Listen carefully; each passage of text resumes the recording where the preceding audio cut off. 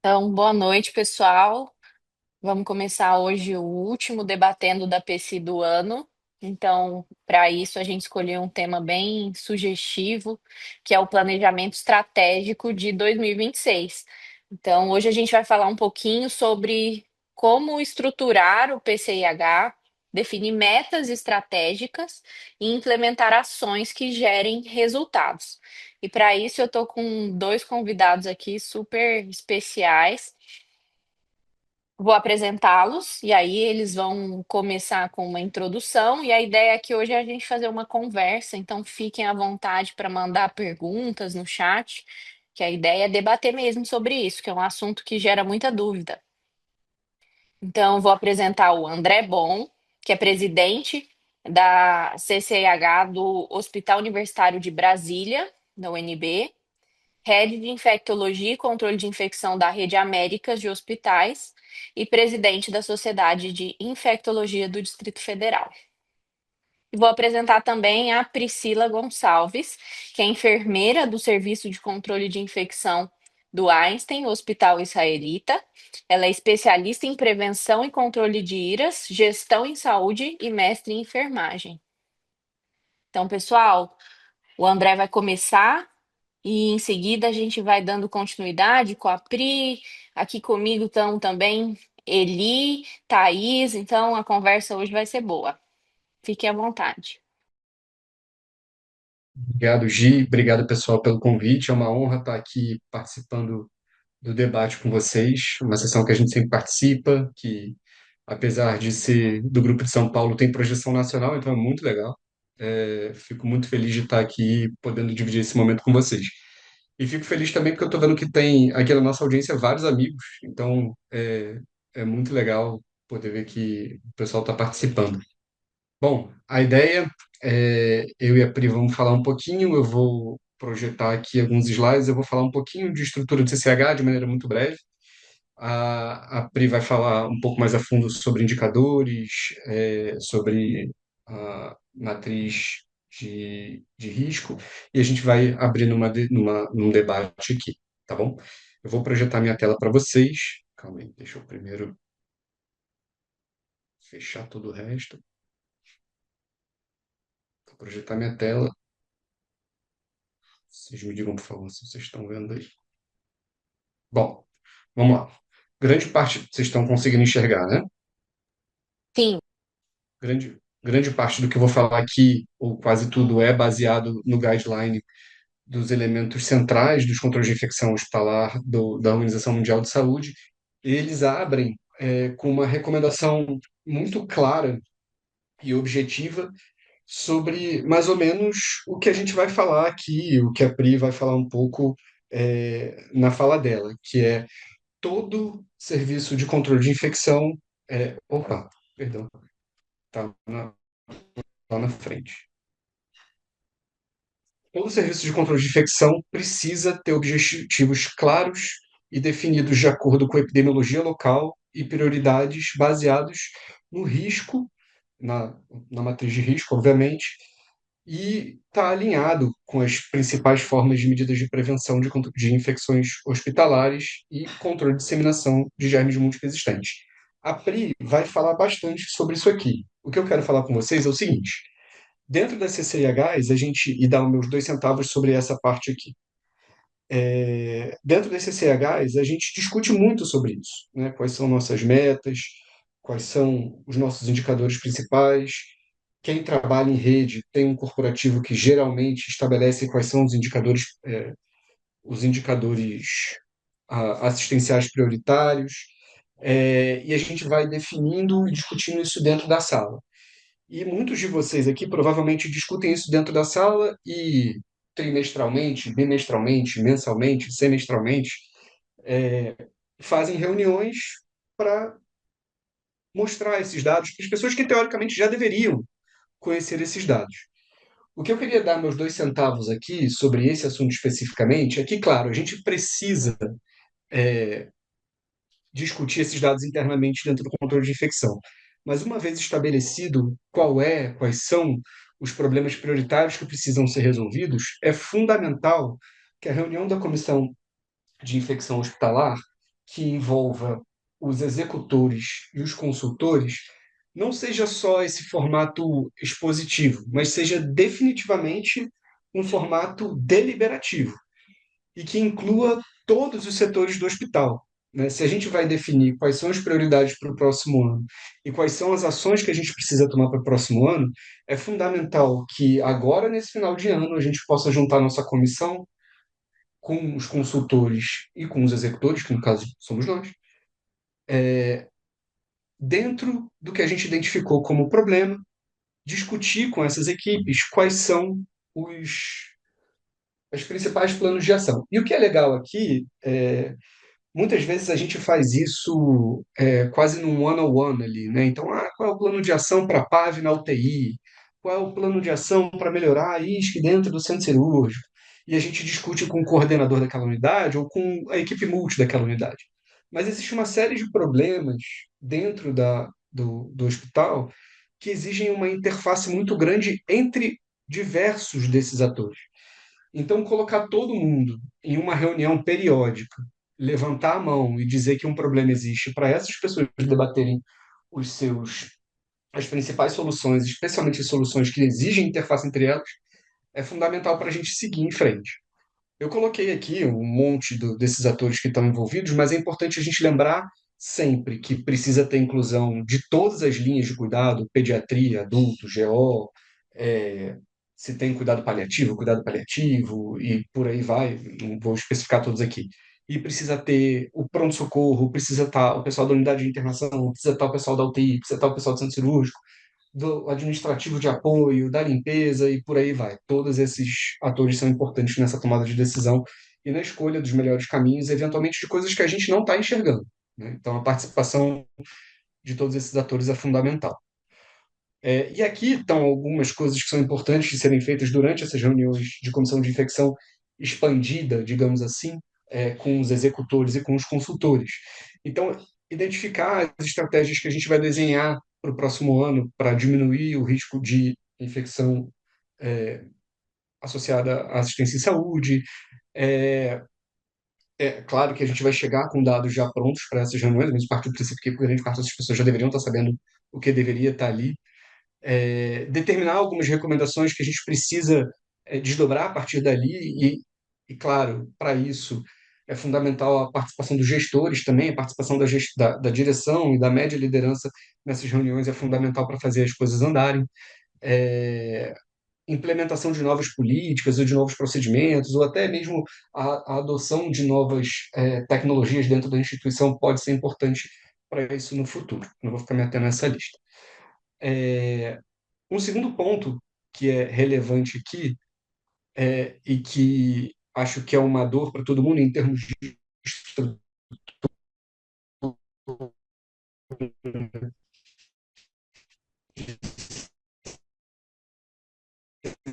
CCIH é o ponto do tamanho das equipes de CCIH. Então, se a gente aí o que é legal o que é legal, né? Que é irônico é que no guideline da OMS ele sugere um profissional para cada 250 leitos, né? Sendo que em alguns lugares poderia ser uma taxa maior, com um para cada 100. Um para cada 100 é basicamente o que a gente recomenda aqui na 2616, mas quando você vê esse um para 250 leitos, a gente quase agradece por existir a 2616, né? Que a gente já reclama, que a gente já acha pouco, né? Na estruturação dentro do CCH. Então, do ponto de vista de formação de equipe, é basicamente isso aqui que a gente tem que ter dois profissionais a cada 200 leitos, sendo um profissional pelo menos de enfermagem, e esse número de profissionais vai aumentando para cada 200 leitos ou fração, e para cada 10 leitos ou fração de leitos críticos que estão aqui, eu não vou ficar passando em detalhes sobre a legislação. Mas se a gente está pensando em estruturar o serviço para funcionar bem no próximo ano, a gente precisa entender se a gente está dentro da legislação, se a gente atende às necessidades que aqui estão, para poder avançar em todo o trabalho que a gente precisa fazer. Um ponto importante aqui, isso é uma legislação de 1998, né? É, francamente já datada, assim, as atribuições dos controles de infecção já se ultrapassaram muito do que tem na legislação e claramente a gente precisa de muito mais gente do que está aqui e muito mais gente do que está estabelecido dentro do guideline da OMS. Um desafio grande para todo mundo. Acho que grandes hospitais, hospitais reconhecidos, têm laboratório de microbiologia que consegue dar o suporte adequado, mas muitos hospitais não têm, especialmente, eventualmente, hospitais públicos, né? E aí o que eu quero dizer aqui em relação aos meus 2 centavos em relação a isso aqui, de programação para o próximo ano, é muito o que a CCIH pode fazer pelo serviço de microbiologia, né? A nossa responsabilidade em cobrar a microbiologia e apoiá-los na implementação de novas tecnologias, dos recursos necessários. Eu não estou falando aqui que a gente vai chegar e bater na porta e dizer, olha, eu fiz um plano de ação aqui, a micro não está funcionando e a gente precisa de um Auditoff, né? E o Audi, todo mundo sabe, é super baratinho, só ali qualquer R$ 10 a gente compra um Audi. Não é assim que funciona. Mas a responsabilidade da CCIH em pensar em planos que possam apoiar e na solicitação de novas tecnologias que sejam acessíveis dentro de um laboratório de microbiologia. Eu vou dar um exemplo prático aqui, que a gente está vivendo agora. A gente, eu trabalho num hospital público, que a gente precisa a gente tem uma microbiologia em desenvolvimento, que já tem muita coisa, já melhorou bastante, isso é um motivo de orgulho para a gente, mas que, eventualmente, a gente precisa de inserção de novas tecnologias. Então, até muito pouco tempo atrás, a gente não conseguia fazer identificação, por exemplo, de, eh, de, de mecanismos de resistência enzimáticos em carbapenemase. Então, a gente foi, trabalhou junto com a microbiologia para implementação e padronização de testes rápidos imunocromatográficos e por aí vai. A mesma coisa para a detecção de toxina de Clostridium, né, para testes de Clostridium agora. Então, um trabalho junto com o laboratório de microbiologia para o desenvolvimento dessa unidade faz parte ou pode ser importante para o desenvolvimento do controle de infecção. É óbvio que para a gente conseguir implementar a, as nossas diretrizes, a gente precisa que elas estejam escritas, adequadamente escritas, mas uma das atribuições do controle de infecção, além de escrever as diretrizes, é conseguir adaptar elas às necessidades e à realidade daquela instituição, né? Obviamente da evidência científica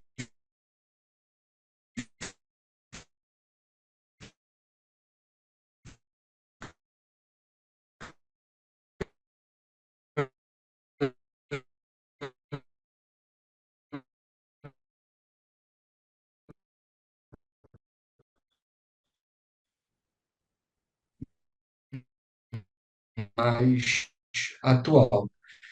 Então, o desenvolvimento e a criação da país,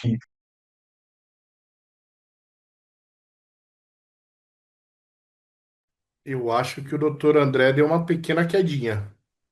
Voltou já. Voltou, André? estou aqui, vocês estão me ouvindo? Agora sim, mas sua apresentação saiu e você caiu. Precisa compartilhar de novo, tá, doutor André? Vamos lá. Eu fui até onde vocês me ouviram. Não, é exatamente agora. Você caiu e voltou. Então, beleza, foi mal. Vamos lá. É, Então, o desenvolvimento das diretrizes de tratamento de infecções nosocomiais, desenvolvimento, uma coisa que é super importante da gente atualizar, desenvolver anualmente e estar periodicamente ajustando o perfil microbiológico de todas as unidades. Então, assim, não só fazer isso, mas também monitorar a adesão a esses protocolos. E, obviamente, se a gente criou o protocolo, a gente, opa, vai passar, não vai passar. A gente precisa ensinar. A gente precisa fazer educação continuada. Então, uma parte importante aqui de programar o próximo ano, além de atualização de protocolos e diretrizes, é a gente fazer a nossa programação da educação continuada, especialmente focando dentro do que a gente pensa que é mais crítico. Quais são os pontos mais críticos que lá na reunião inicial você já pensou, que na comissão expandida você deliberou e agora você vai desenvolver ações educativas, preferencialmente. à beira-leito e utilizando simulação, né? De maneira que você possa aplicar de forma mais prática possível as diretrizes que você está determinando. É importante aqui, dessa forma, obviamente, as unidades terem grupos de educação continuada formados, né? A CC, o controle de infecção, vai sim estabelecer quais são as prioridades de treinamento, mas o cronograma de treinamento precisa estar encaixado dentro de uma visão geral da instituição, porque isso gera uma fadiga também dentro para as pessoas que trabalham na instituição, para os profissionais de saúde, né? Imagina que tem cada unidade ali criando o seu próprio PEC, e chamando todo mundo para ser treinado no mesmo dia ou em dias consecutivos. Então, é extremamente importante que isso esteja dentro de um programa global de treinamento para que, de fato, as pessoas possam aderir a esses programas de treinamento. Tá? E era isso. Eu falei bem rapidinho para a gente poder debater. Deixa eu ver. Agora vamos ver o que a Pri vai falar e a gente parte para o debate. Perfeito, André. Obrigada. Pri, vamos conversar um pouquinho da mesma coisa com você para ver sua visão também. E aí eu acho que é legal depois a gente iniciar o debate aqui. E até pessoal Combinado. que está no chat, quiserem mandar as perguntas, tá bom? Obrigada, Gi. Obrigada, André. Boa noite a todos. Então, também agradecer o convite. É, fazer parte da diretoria da PC é super bacana e estar nessa posição de estar junto com vocês hoje como palestrante e falar de um assunto que é desafiador, né? É, é muito legal. Eu vou compartilhar minha tela e pedir o apoio de vocês. Durante a apresentação do doutor André, minha internet oscilou. Estou no hospital, mas aí me avisem, acho que pode ser que trave também um pouquinho em algum momento. Vamos lá.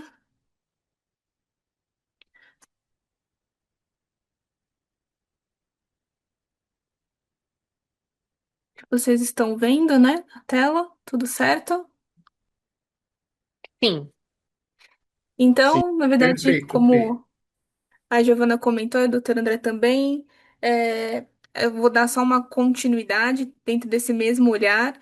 E já pegando o gancho do que o doutor André trouxe, eu tô partindo do princípio aqui, doutor André, que a gente tá seguindo a legislação, pelo menos, né? Estamos ali na 2616, não sei se a gente tem a melhor estrutura, os melhores processos, o que a gente tem que olhar, arrumar, mas pelo menos a 2616 a gente tá ali dentro desse processo adequado, tá? De legislação.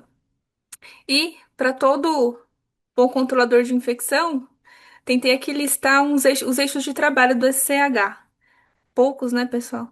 A gente faz vigilância, indicadores de resultado do processo, os protocolos de prevenção de IRAs, a interface com os órgãos governamentais, visita às unidades de internação em ambulatórios, temos serviços de apoio para olhar, medicinas diagnósticas, as UPAs, né, o pronto atendimento, eu não sei como cada um acaba denominando no seu serviço, doenças emergentes.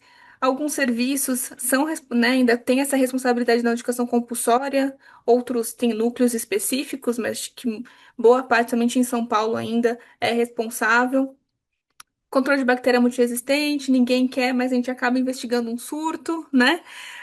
Avaliação de estrutura, processo, racional de antibiótico, padroniza práticas, os produtos para a saúde, educação e treinamento, e com certeza eu devo ter esquecido de algum eixo aqui que a gente é responsável dentro desse processo. Quando a gente olha para esse mundo todo de responsabilidades ou eixos de trabalho, e a gente tem que olhar para o próximo ano, acabando 25, né? Como que a gente. O que que eu faço ano que vem, né? Por onde eu começo? Senão a gente fica naquele, né? O famoso apagar incêndio, ou trabalhando um dia após o outro sem ter muito um objetivo, né? E aqui eu queria destacar, para a gente pensar no planejamento e depois a gente poder discutir, a importância da vigilância epidemiológica. A vigilância epidemiológica, ela é assim, o item mais importante de um serviço de controle de infecção, né? É onde a gente vai ter a base do que a gente precisa construir. onde a gente está e para onde a gente quer chegar, né? Então, para eu ter uma vigilância epidemiológica dentro do meu serviço, eu preciso entender muito bem qual o objetivo que eu quero com essa vigilância, qual que é o meu método, né? Então, é ativa, como que eu faço? Eu tenho busca pós-alta, eu não tenho? Eu consigo consultar o laboratório, não, é laboratório interno, externo, qual é o acesso, qual tipo de prontuário que eu tenho, enfim. Quais são os critérios, né? Eu tenho os critérios a seguir, quais que eu utilizo, isso está bem claro.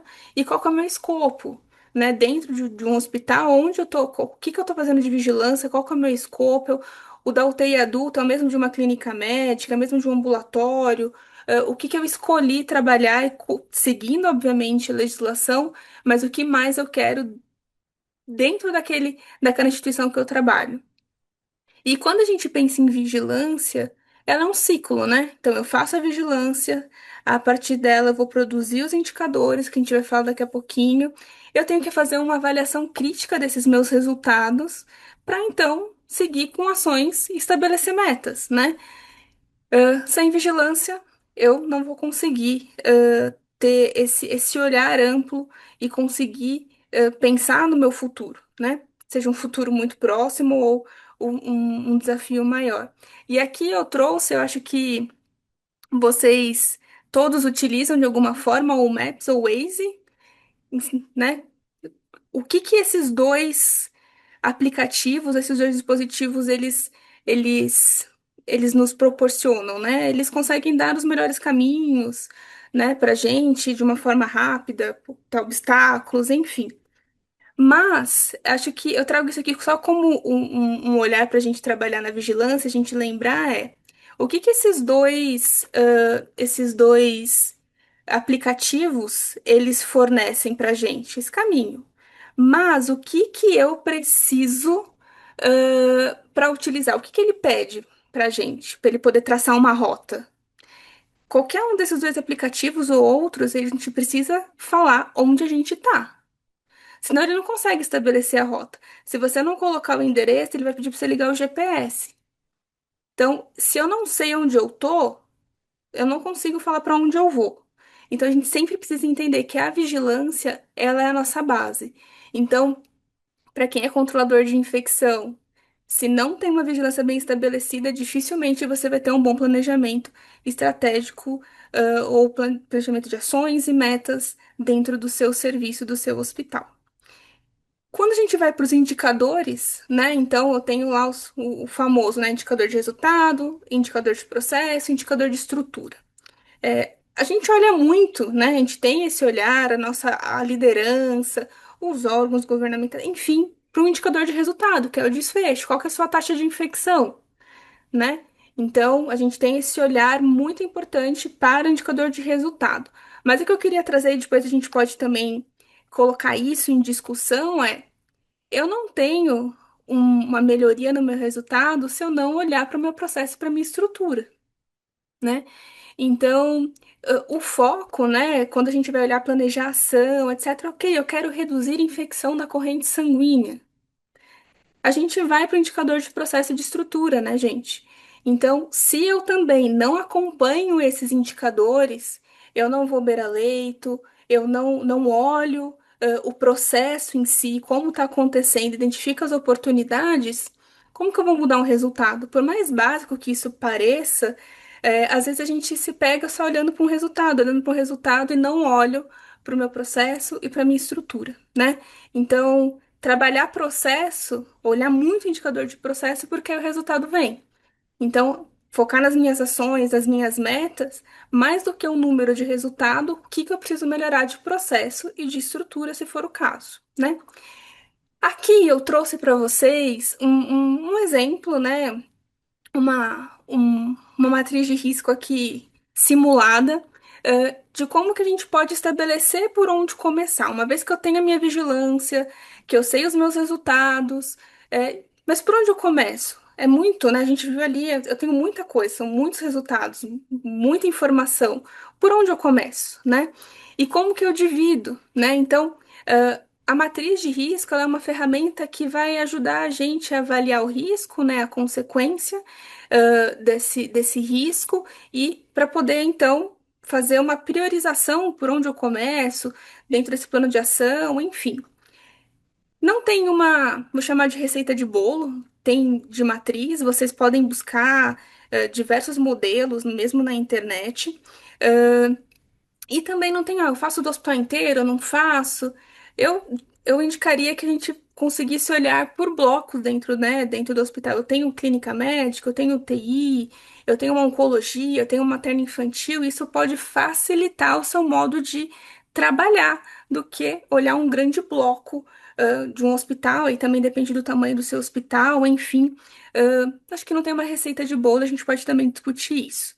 Aqui eu trouxe para vocês de uma forma a ideia não ensinar a fazer a matriz, tá? Mas de uma forma bem simples.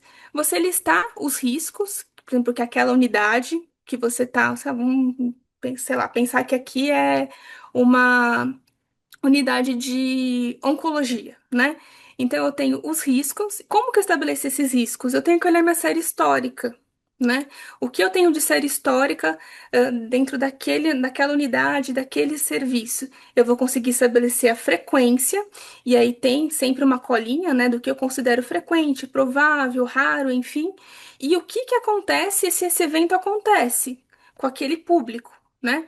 Então, pode ser um evento grave, leve, enfim, e aí você vai montando a sua matriz, colocando, listando os riscos e estabelecendo a frequência e a consequência. Depois, a matriz está ali quase que você monta, né? Você vai fazendo ali o quanto que você tem por cada risco, né?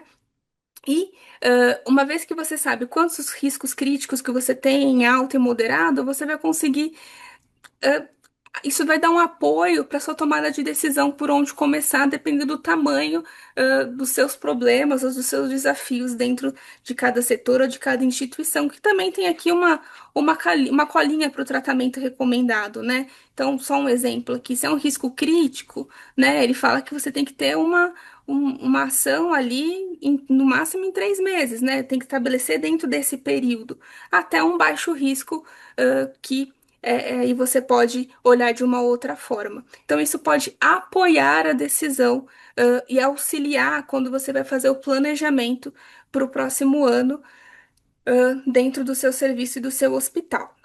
Um outro ponto que eu quero trazer para vocês aqui é como que a gente, então, pode trabalhar, como que estabelece a melhor ação, dentro do tema, né, proposto aqui era quais são as ações que têm sucesso, as ações que são ótimas, né? São perguntas assim, qual que é a melhor ação para fazer? Existe uma melhor ação? Como seguir dessa forma? Nós, dentro aqui da minha instituição, a gente tem trabalhado muito o modelo de melhoria, que meu objetivo aqui também para vocês não é ensinar o método, mas apenas trazer para conhecimento. Então, a gente usa o modelo de melhoria que, basicamente, ele segue essas 3 perguntas, né? O que que a gente está tentando realizar? Então, eu tenho um objetivo, eu tenho uma meta e um prazo, né? Como que a gente vai saber que aquela melhoria que a gente está propondo é uma mudança? Então, eu preciso ter indicadores, né? Resultado e processo. E quais são as mudanças que eu vou fazer, que são essas ações que realmente vão resultar em melhoria, né? Então, por quê, gente? Como controle de infecção, acho que todo mundo aqui já se sentiu alguma vez cansado, sem ideia o que fazer, ou faz uma grande ação, um grande movimento, uma grande energia e nada muda.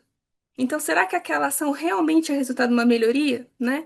Então, esse modelo, ele sempre pensa em começar pequeno, fazer pequenos testes para poder expandir. Então, eu tenho que entender qual que é o meu processo, né? Mapear o meu processo, entender essas oportunidades, identificar se eu tenho ideias de mudança. O doutor André trouxe, né, na reunião de discussão do CCIH, nas reuniões em grupo, e lá na linha de frente também, gente, quais são as ideias de mudança?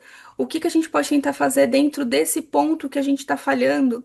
Testar. Então, testar na unidade inteira? Não, eu testo pequeno, avalio com um paciente, com um profissional de saúde, enfim, e vou aumentando até falar, olha, isso aqui deu certo, a gente pode mudar e seguir.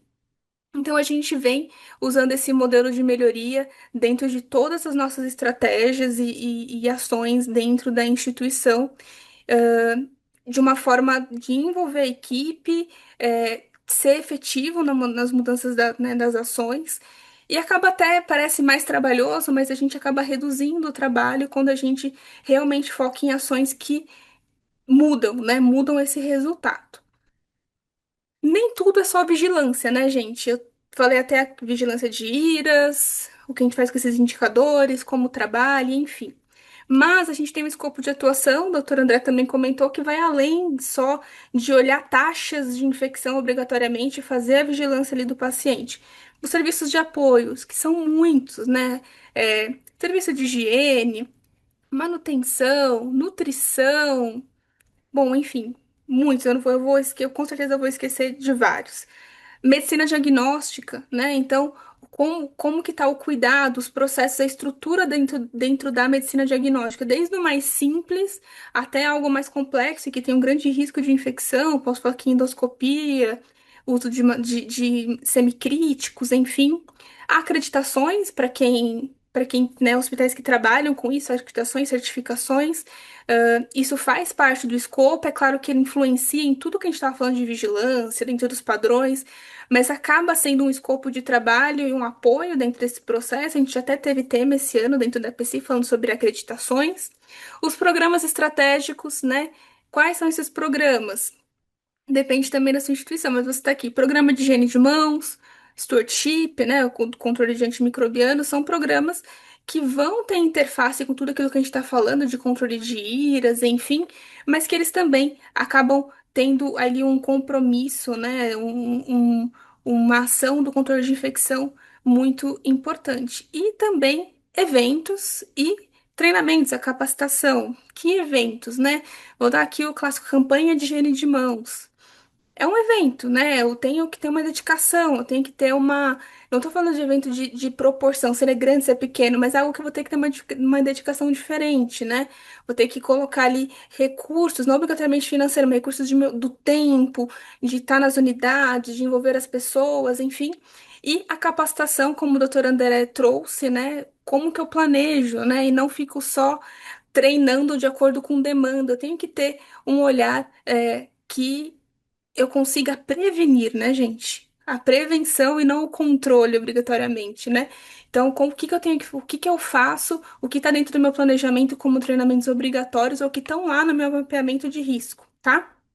Então, aqui é um leque enorme e que para o controlador de infecção não sei quem tá aí angustiado, ou se pode parecer desesperador, mas a gente tem um leque muito grande de compromissos, né? De ações, de obrigações dentro desse escopo de legislação e dentro do escopo, que a instituição espera como serviço, e a gente vai ter que ir atendendo com aqueles profissionais, né? A composição do controle de infecção como serviço, o apoio da comissão e todas as estratégias que a gente utilizar para trabalhar junto com a equipe assistencial, né? Se a gente vai voltar àquela importante discussão. Controle de infecção é feito por quem está ali na linha de frente, né?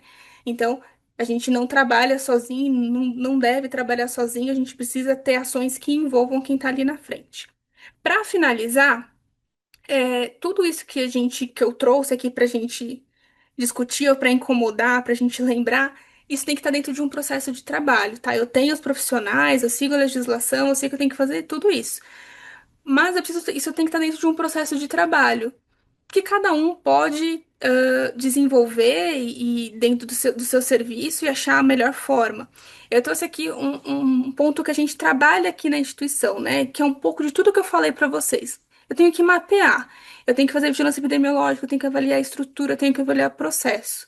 Eu sei o que está acontecendo dentro da minha instituição, eu tenho que analisar esses resultados, fazer uma avaliação crítica tanto os resultados quanto o que eu espero como um padrão de controle de infecção. Avaliar também relatórios de microbiologia, relatório de consumo de antibiótico, olhar minha matriz de risco. Isso tudo eu tenho que estar ali analisando, olhando, né, acompanhando. Com esses resultados, eu vou propor as ações. Então, repito aqui, integrar a equipe da SH com a linha de frente e as lideranças, né?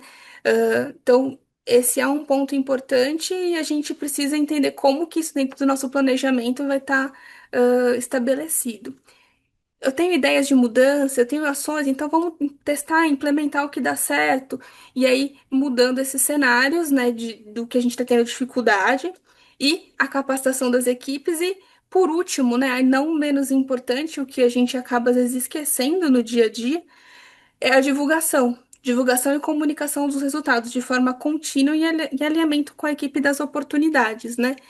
E o resultado, gente, né? Esse alinhamento, essa comunicação do que está acontecendo, não é só o resultado das taxas, é de tudo isso que a gente conversou. Resultados de uma campanha, da acreditação, de tudo que o controle de infecção faz e produz e tem um apoio. Isso é importante, né? Esse alinhamento, esse envolvimento para as ações e para o planejamento. A gente não pode, né, como controle de infecção, só estar ali falando do que dá errado, né? Ah, com infecção aconteceu. E quando não acontece, o que tá bom, as ações que estão em andamento, o sucesso das ações, isso também tem que fazer parte do nosso escopo de trabalho e tem que estar ali no nosso planejamento. Quais são as oportunidades? Como que a gente divulga isso? Quais são as reuniões estratégicas que a gente pode participar? Ou em quais momentos a gente pode estar envolvido além daquele nicho de controle de infecção? Então, isso tem que fazer parte do nosso planejamento também, tá? Eu termino por aqui, e eu acho que a gente tem muita coisa para discutir. Com certeza. Brigadão, Pri e André, excelentes as abordagens iniciais. Acho que a gente pode convidar a Thaís e a Eli aqui para a gente começar um debate. E eu vou começar com uma pergunta polêmica aí para todos nós. A gente sabe que a definição de metas, muitas vezes, ela começa na alta liderança. E nem sempre a gente tem uma alta liderança que é realmente consciente, do que é possível, de fato, de se alcançar. Então, às vezes, a gente se depara com algumas metas até esdrúxulas, né? E aí, como contornar essas situações? Porque não é raro a gente ter uma situação em que a gente fica numa saia justa, né? A alta liderança que é uma meta, às vezes você trabalha em um hospital. ah, que tem outros hospitais que participam aí da operação, e aí as realidades são diferentes, os cenários são heterogêneos, e você fica numa sinuca de bico entre uma meta que acaba sendo um tanto quanto utópica. E a gente sabe que definir mal uma meta logo de início já é dar um tiro no pé, porque você fica o ano todo correndo atrás do próprio rabo, digamos assim, sem conseguir alcançar. E isso desestimula a equipe, isso gera subnotificação muitas vezes. Então, às vezes, ousar demais numa meta ou criar uma meta inalcançável é muito prejudicial para o serviço, né? Como é que a gente lida com essa situação no dia a dia?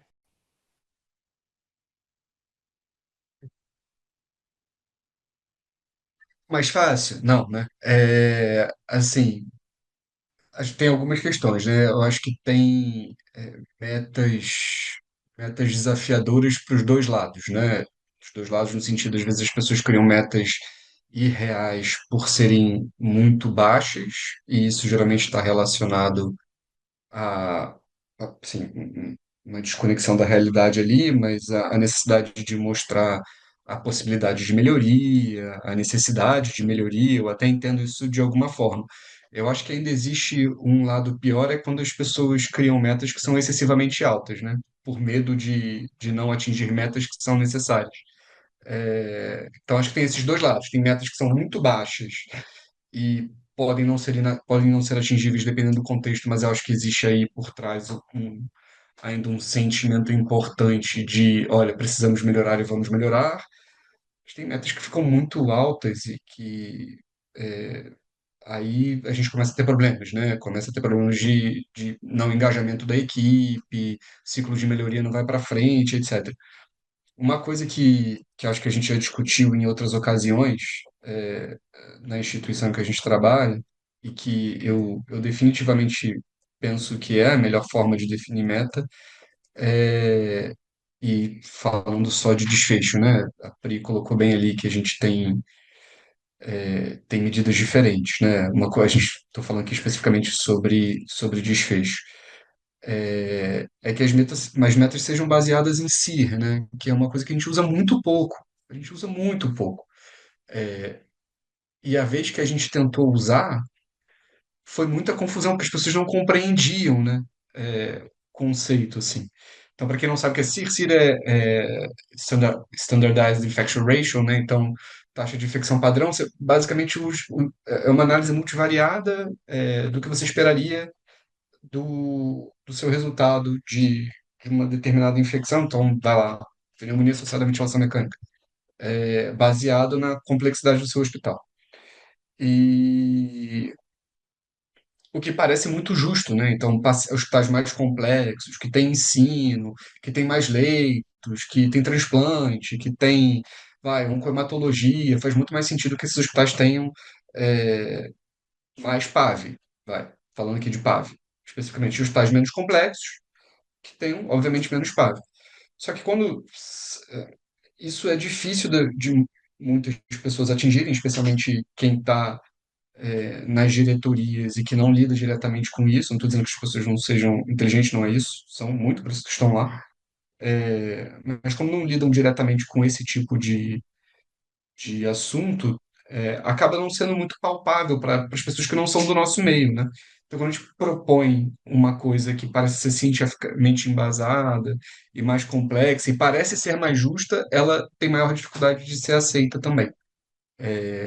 Então, é realmente difícil.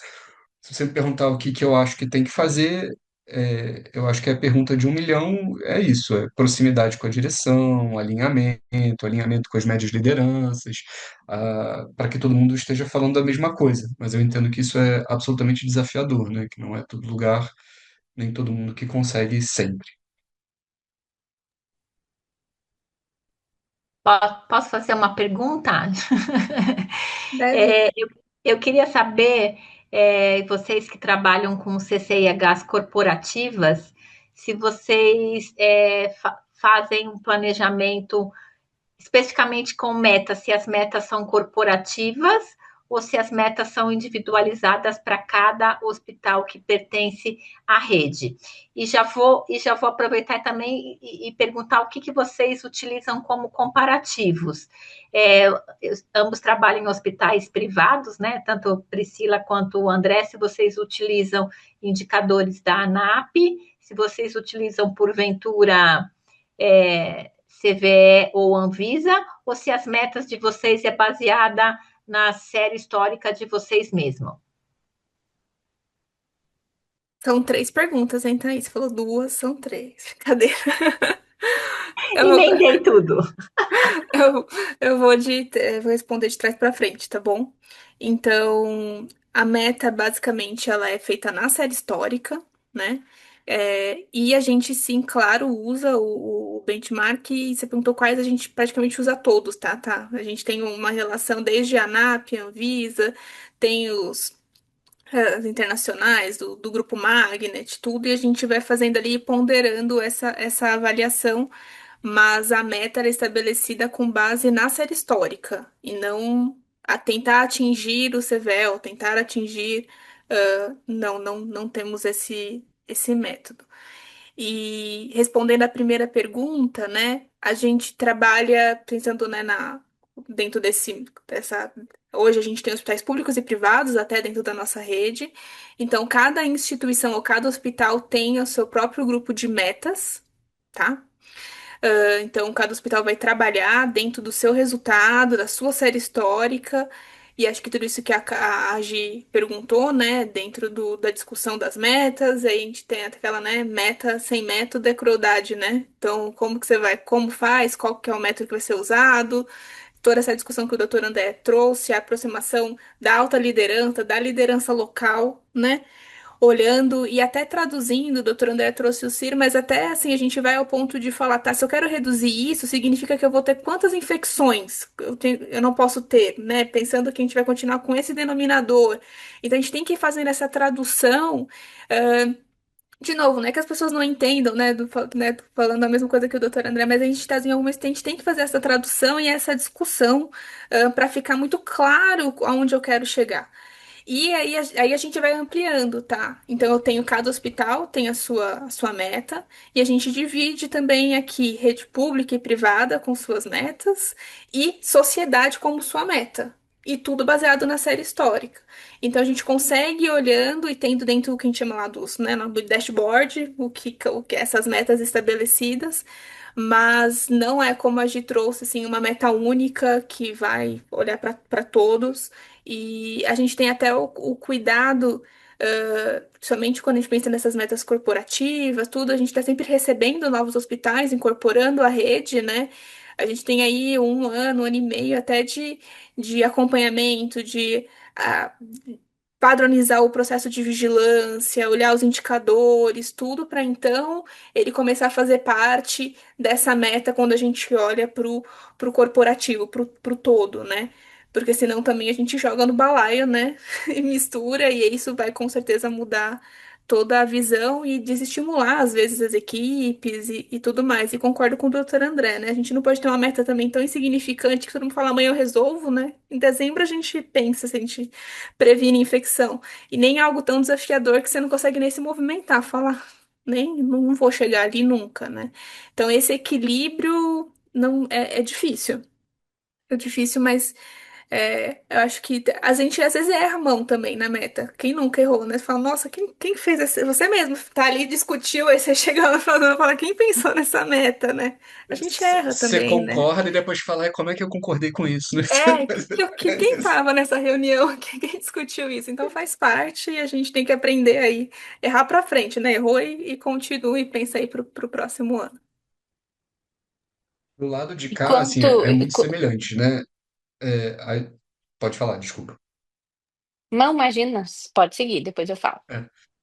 Do lado de cá é muito semelhante, assim. A gente, na verdade, usa a ANAP como um benchmark, ela não é a meta, né? Ela acaba sendo benchmark e a gente se divide dentro da série histórica de cada um dos hospitais e, teoricamente, a gente divide os hospitais, e aí, do ponto de vista mais comparativo, acho que a gente talvez seja um pouco menos heterogêneo, como a rede é só privada, não tem hospitais públicos, né? A gente divide em percentis. Então, obviamente, quem está em percentis mais altos tem que ter um maior desafio. Então, se você tem mais infecção, o seu desafio precisa ser maior de quem tem menos infecção, né? E dentro da divisão de percentis, a gente se define, então, nos percentis mais baixos, a galera tem desafios menores. Nos percentis mais altos, os desafios são maiores. E a ANAP acaba funcionando como um benchmark ali no horizonte, né? Você está muito distante da ANAP para cima, opa, você tem um problemão aí, né? Então precisa resolver, tem que ter mais força. Não existe uma meta única corporativa, todo mundo tem que ser a taxa X. Não, a gente vê como está cada um distribuído e dentro da sua série histórica vai ter uma meta específica, né? E acaba que a meta da rede vai, porque aí a rede vira um hospital só, o sum da meta de todo mundo, né? É isso. Você tem que atingir ter uma meta-rede no final das contas. É muito semelhante, né? Perfeito. Pessoal, tem algumas perguntas aqui no chat. Eu vou selecionar algumas aqui e a gente vai comentando. É, O João Vitor perguntou: vocês não acham que essas metas deveriam envolver os profissionais da ponta, assistência? Não acho que seja efetivo traçar metas sem envolver quem assiste o paciente. O que vocês acham dessa, Eli?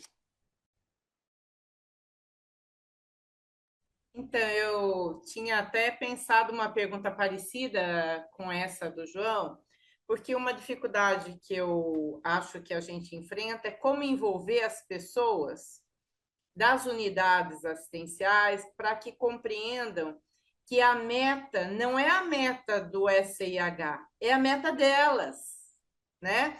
Então, reduzir PAV, reduzir infecção de corrente sanguínea é a meta da UTI, né? Reduzir infecção de sítio cirúrgico é a meta das unidades de internação cirúrgicas, do centro cirúrgico. Então, como vocês têm feito isso? Como vocês têm envolvido os setores para que eles entendam que aquilo é a meta deles e como envolver quem está na ponta, com a equipe lá assistencial que está no dia a dia para compreender e incorporar essa meta. Então, eu posso começar. É um desafio, né? A gente tá ali e acho que é um desafio para o controlador de infecção e acho que a gente pode também discutir isso, o quanto o controlador de infecção precisa estar na ponta. Às vezes parece muito clichê ficar falando isso, né? Esse controle de infecção tem que estar lá na ponta. Mas acho que todo mundo já passou, vivenciou, teve aquele controle de infecção que não sai da salinha do controle de infecção e gera dado e manda dado por e-mail, né? Eu acho que esse é um desafio do controlador de infecção. A gente é muito mais do que isso, a gente precisa ter ações diferenciadas e estar com a linha de frente, acompanhar processo, e discutir caso, e estar junto, e enfim. A gente tem feito aqui, eu vou falar rapidamente porque é um pouco é uma estrutura até um pouco mais complexa. A gente tem trabalhado ele começou como um projeto, tá? Hoje ele é nosso método de trabalho. A gente estabeleceu esse nome de Somos Prevenção de Infecção. Então, o nome já vem dessa união, né? Não é do controle de infecção, não é da linha de frente, nós somos a prevenção de infecção. Como que esse projeto, de uma forma simples, funciona? A gente tem as diversas unidades dentro do hospital. Essas unidades, a gente tem referências, né? Essas referências, elas passam por uma capacitação super extensa, assim, de práticas de controle de infecção, e também por competências que vão além do controle de infecção, da parte técnica, né? Comportamental, de liderança, de ciência da melhoria, de como se dá um feedback. Então, a gente capacita esses profissionais de uma forma diferenciada e não para na capacitação. A gente continua com mentorias com essas referências. E a nossa, dentro desse método de trabalho, essas referências junto com o controle de infecção e com as lideranças locais, aquele coordenador de enfermagem, aquele coordenador de fisioterapia, o coordenador médico, a gente vai estabelecendo as diversas ações dentro das unidades até que essa unidade se torne uma unidade Somos. Porque ela não pode ser dependente de uma pessoa, dependente da referência da SH, dependente da Eli, que teve a formação e a referência da unidade. Então, ela é uma grande mudança de cultura, e dentro disso a gente trabalha conhecimento com pílulas contínuas, divulgação dos resultados, avaliação de processo com feedback, deixando essa equipe sempre envolvida. Chegando na sua resposta, tá, Eli? A sua pergunta, desculpa. Uma coisa que é uma discussão muito grande é estar sempre presente, tá? Então, dentro dessa estratégia, o SH tem no mínimo. A gente pede duas, mas às vezes em algumas unidades é difícil, a gente tem uma visita semanal, é só com o SH.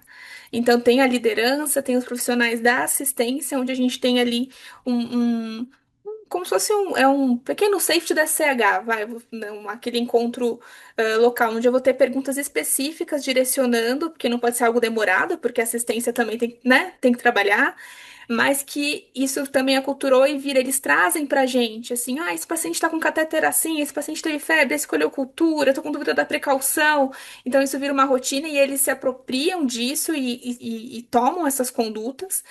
Ah, e também a parte de resultados, essa divulgação. Então, começando pelo processo, como está meu processo? Como está minha adesão à higiene de mãos? Quando eu olho a manipulação de catéter, onde está nosso maior ofensor?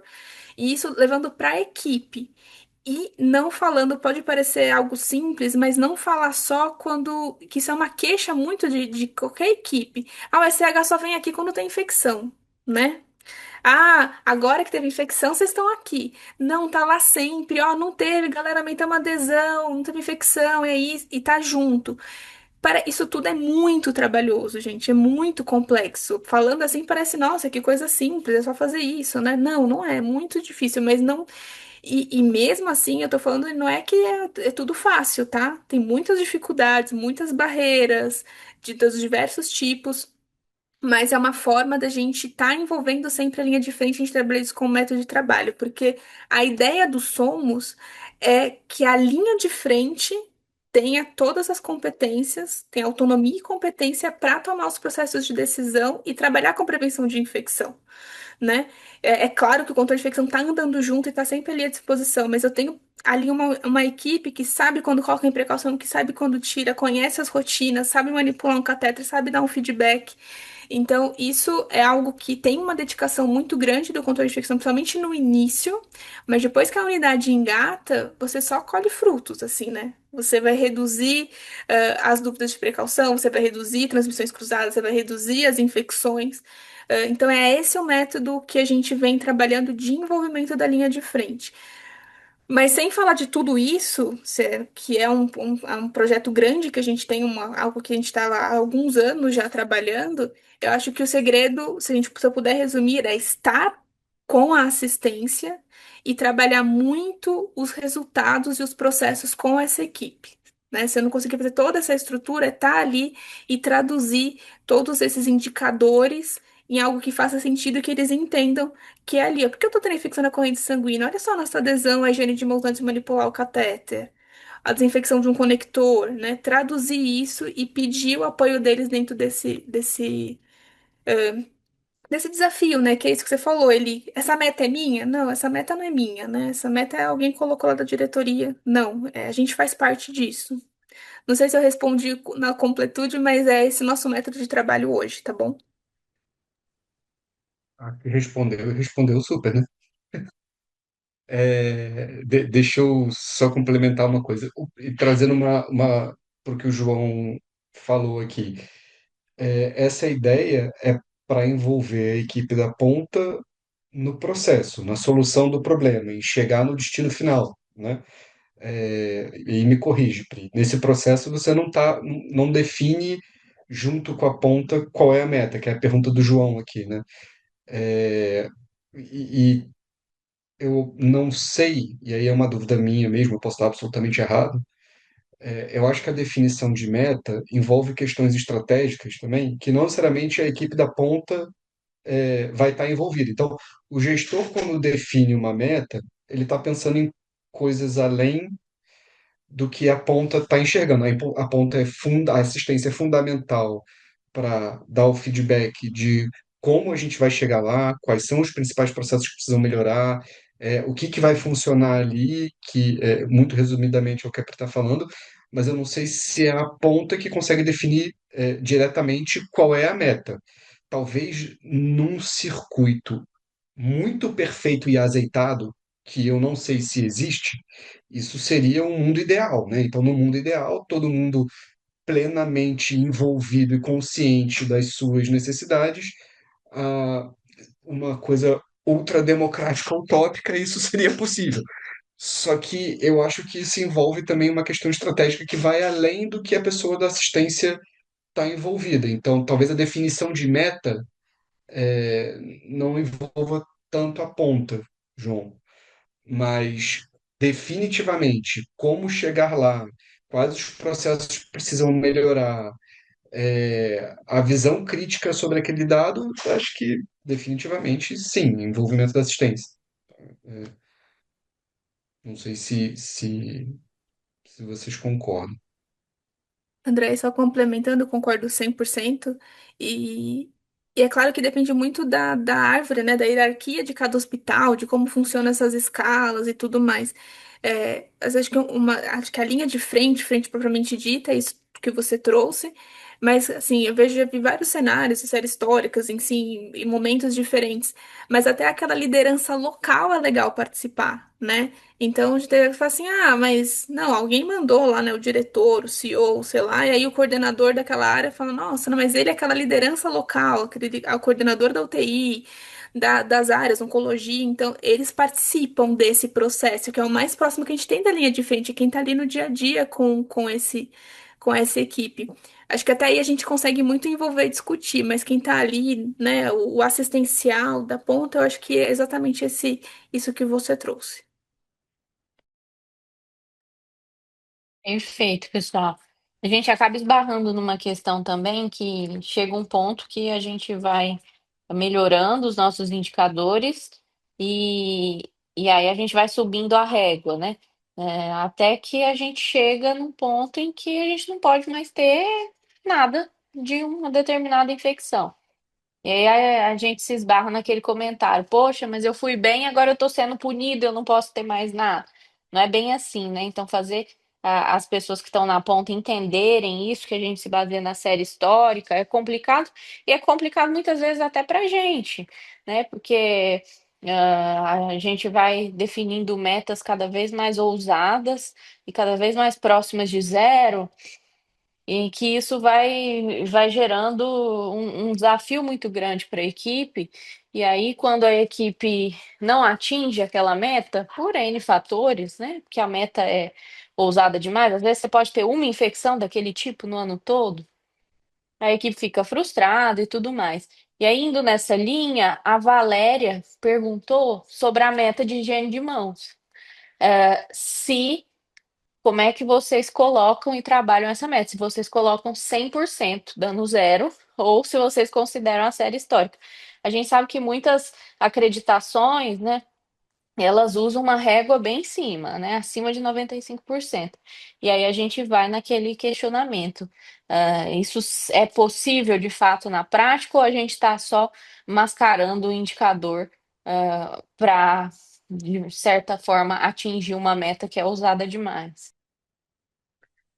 Que a meta de higiene de mãos é o clássico da como desmotivar a equipe, né?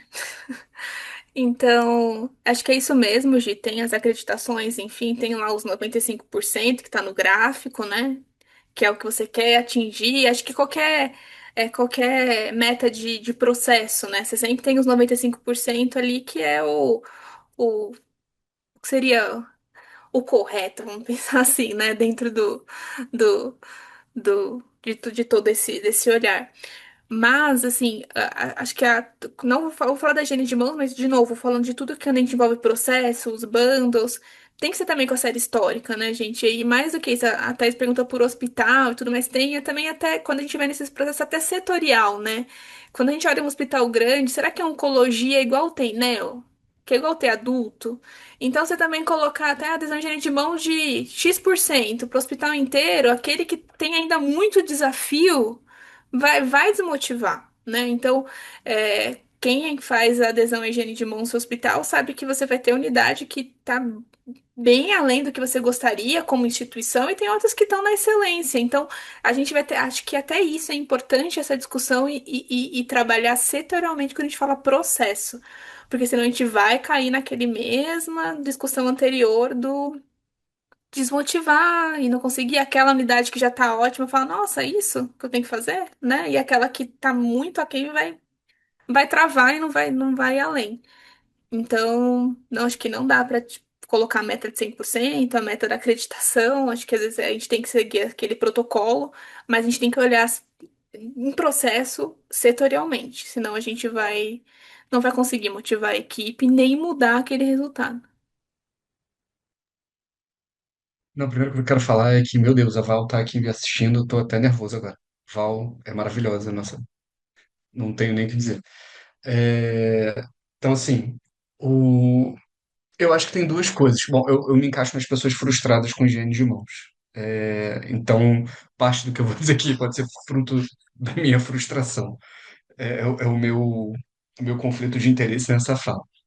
Mas eu acho que existem duas coisas, assim. É, a primeira coisa é que não.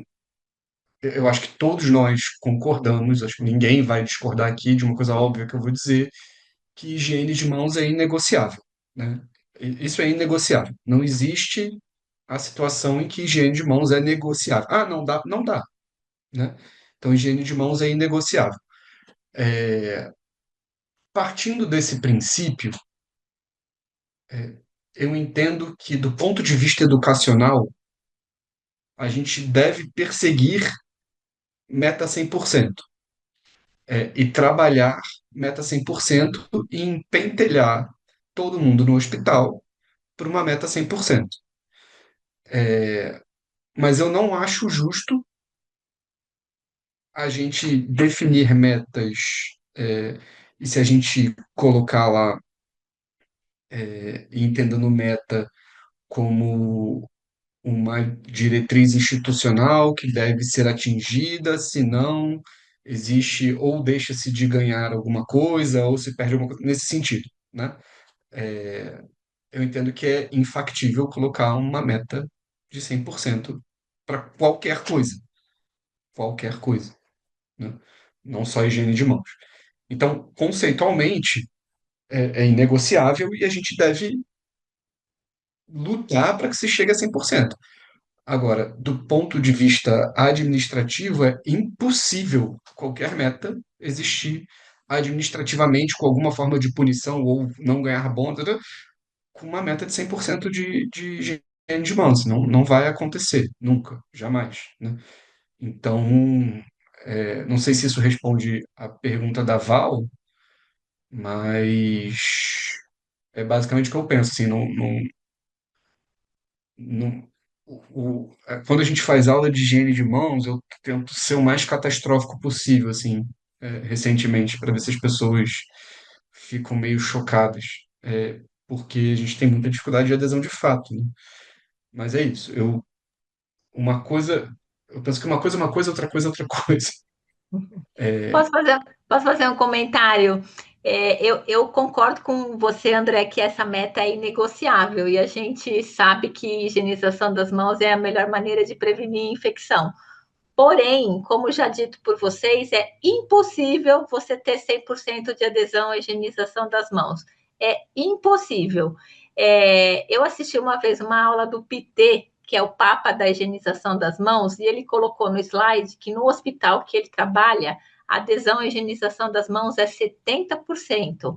Aí eu fiquei pensando, se o PT tem no hospital dele adesão de 70%, por que que eu no meu hospital vou querer 100%? Então, eu acho que esse é o indicador de processo mais difícil de você atingir a adesão. 95 também considero super alto. Se eu tivesse 95, eu estava feliz da vida.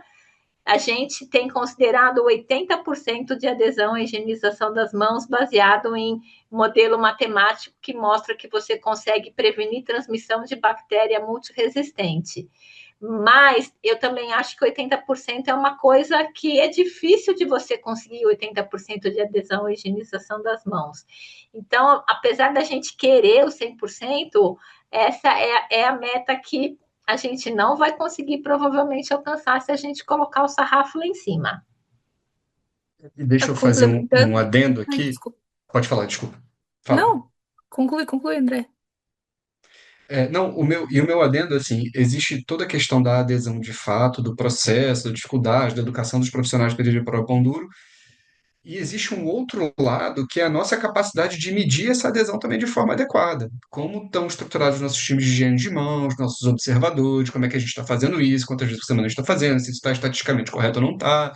Então, assim, existe ainda toda uma questão que me causa sofrimento atual, que é essa questão dos Logística, né? observadores, assim, a gente... 5 momentos, categoria profissional, tem várias coisas. Exatamente. Então, assim, você imagina o número de observações que a gente precisa para. A gente sabe qual é o número, né? Então, assim, o tanto que a gente precisaria de observação para a gente ter confiança de que tá 80, tá 90, tá 100, tá. Se alguém tem um número mágico de 100%, eu quero conhecer essa pessoa. Mas que dado é esse, né? Como é que. É, é complexo, é difícil mesmo. Eu vou trazer só algumas provocações aqui pra gente. André, adoro o método terrorista. Quem me conhece sabe que eu sigo bastante também em treinamentos e discussões.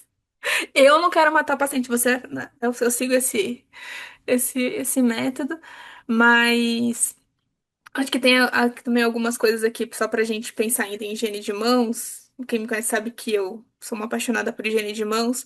E acho que trazer um pouco disso que a Thaís falou da complexidade dos 5 momentos, né? Então, assim, parece tão simples higienizar as mãos, né? Mas quando a gente olha os 5 momentos, a gente vê o controlador de dicção com dificuldade de até mesmo de auditar, ou de poder explicar, e o quanto que isso é difícil. E a gente não precisa ter vergonha de falar isso. A gente tem que estudar mais, olhar mais esse processo, e é complexo. Acho que uma outra coisa em higiene de mãos, que às vezes eu vejo que a gente ignora, às vezes. Muita questão da adesão à higiene de mãos está em estrutura. E aí a gente volta para o indicador de estrutura. Ah, eu quero um momento 2 antes do procedimento, tem que ser 100% que eu estou mexendo no catéter, mas você não tem um dispositivo no ponto de assistência. Então, às vezes a gente não tem, né, esse olhar mais amplo, esse olhar crítico que falta para o nosso planejamento, né? Voltando para um outro lado, né, do adesão 100% ou unidades que essa auditoria que a gente tem dúvida, né? Será que essa adesão tá certa? Não tá? Tá ótima. E, de novo, não faço a higiene de mãos de tudo, né? A importância da avaliação do processo, né, gente? Como é que eu tenho um processo excelente se eu continuo tendo infecção? Nossa, a manipulação do meu catéter na UTI, nossa, 98% de adesão, né? Só que eu tô tendo infecção ainda. Então, eu acho que é isso que a gente também tem que ter esse olhar crítico como controlador de infecção. E é essa discussão com a equipe, né? Que alguém perguntou, vocês confiam na auditoria, na avaliação? Eu tô vendo subir aqui algumas perguntas, não tô olhando. Eu acho que a gente tem que olhar todos esses itens pra tentar não ter tanta angústia como o André tem, que eu também tenho, tá, André? Mas assim, ficar, não sofrer tanto assim dentro desse processo. Mas às vezes a gente foca só no resultado, de novo, só o resultado, a adesão não olha a estrutura, não faz o comparativo com o resultado, né, dentro desses processos.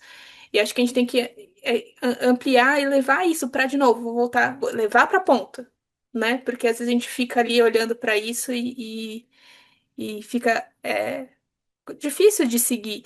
E acho que algo que o André trouxe, eu fico angustiada e tudo mais, a gente tá falando de meta, e eu não sei se eu entendi muito bem dentro da nossa discussão. A gente fala muito do que a equipe assistencial, não fica triste, eu não consigo atingir a meta.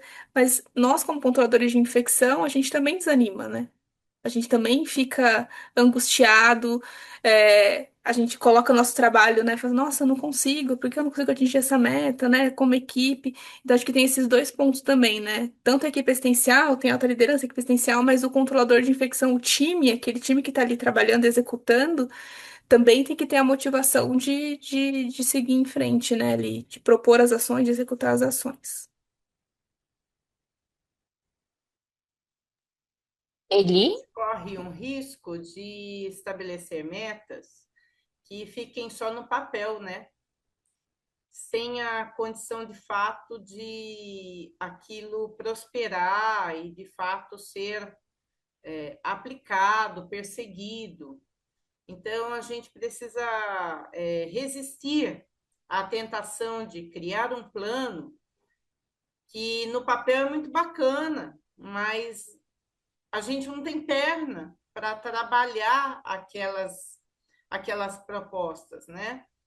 E dentro disso, eu queria fazer aqui uma pergunta. Como é que a gente pode, que ideias vocês dão para a gente reduzir o tempo que o enfermeiro gasta em vigilância? Porque a vigilância come muito nosso tempo. Tanto a vigilância de resultado, quanto a vigilância de processo. De processo, ainda pelo menos você está lá com a equipe, né?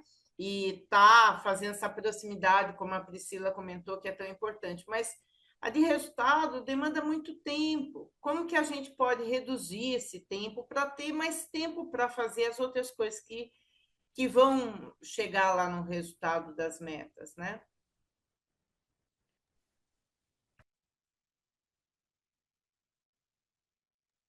Acho que é uma pergunta Vai lá, difícil, André. assim. Não pode você primeiro, Priscila. Falo muito. Não, assim, eu acho que a gente. Bom, existem várias coisas, né? A primeira coisa é que, assim, acho que vigilância de resultado talvez seja uma das atribuições importantes nossas. A gente precisa estar lá e discutindo, né? Eu entendo que isso é uma carga grande do trabalho, mas que talvez seja uma parte nobre do trabalho, como também a vigilância do processo. Eu entendo que a gente fica assoberbado de trabalho por dois motivos.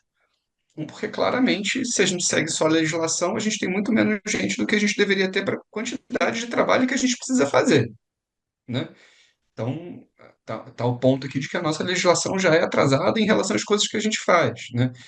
É só você pegar, vou dar um exemplo muito doloroso aqui, é só você pegar a carga de trabalho que a gente tem hoje de, por exemplo, stewardship de antimicrobianos, que para os infectologistas toma uma carga de trabalho gigantesca, né?